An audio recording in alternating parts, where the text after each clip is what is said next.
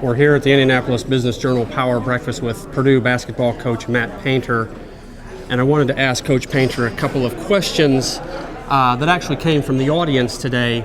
And one, Coach Painter was talking about, you were talking about that Purdue is not sexy. The image of Purdue is not sexy. And I just wanted to ask you to elaborate on that, and also how does that affect your recruiting at Purdue University? Well, I think it's a great thing for recruiting because when it gets down to it, it's about people and education. And that's what we really try to stress from a basketball brand. We are blue collar, which I think is a great thing. We put a lot of emphasis on playing hard, playing the game the right way, and then, you know, from that trying to win championships. And I think when it all ties to the recruiting part of it, you have to get a guy that's a fit at Purdue. You know, he fits from an academic standpoint, he fits from a basketball standpoint, and with that you might weed out some guys or they might weed you out, but at the end of the day you're getting the right fit, you know, the right person and the right player at Purdue University.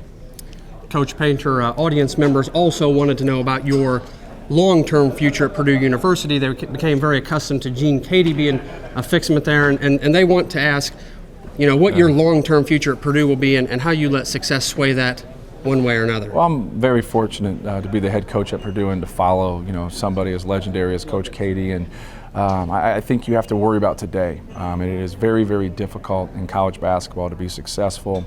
I think the one thing that we try to focus on is what we're going to do today to make Purdue better. I think anytime you have some success, you know, you can't get that pause and say, you know, and step back, and you should enjoy it. You know, you should step back and enjoy it. You just can't at times because you got to keep pushing forward, because in this profession you can be on top of it one day, you can be on the bottom of the next, and you just have to keep going further in recruiting and trying to improve from a basketball standpoint and just get better. But, you know, when guys stay 25 years, when they take the job, they don't worry, you know, about 25 years, I'm going to be here forever.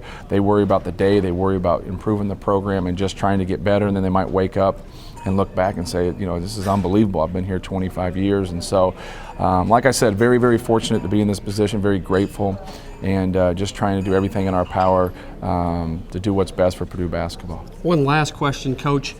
You've seen what's going on with Coach Tom Crean down in Bloomington. You yourself have built Purdue up from the bottom of the Big Ten in 2004 up to now the top of the Big Ten, or very near the top of the Big Ten.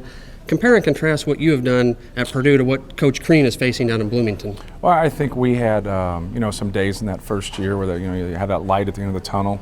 Sometimes you think it's hope. Sometimes you think it's a train. You know, quite know. You just keep working hard and trying to do things the right way.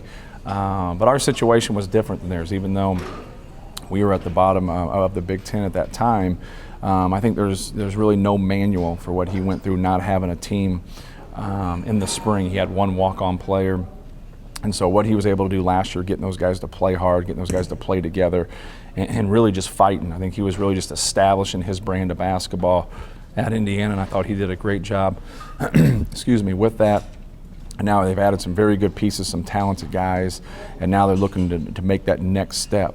And I know with the success he had at Marquette, you know, with being able to win the Big East one year and being able to go to a Final Four, you know, those are the type of the goals that, you know, that we have, trying to win a league championship and go to a Final Four. And those are the same goals that he's going to have. But I think he's done an outstanding job. And as you said, one walk-on player they had at Bloomington. Is that almost unfathomable for you to try to imagine what that would be like? Well, I think it's uncharted waters. I don't think it's ever happened. You take a program like Indiana with a lot of tradition, trying to compete at the Big Ten level, and how competitive they were last year, I think that, you know, really got fans going, you know, IU fans going, and knowing that the program is going in the right direction. But for what happened there before, you know, some things that he couldn't control, to what he's been able to do and what he's been able to handle, I think, you know, he's proven he's the right guy for the job.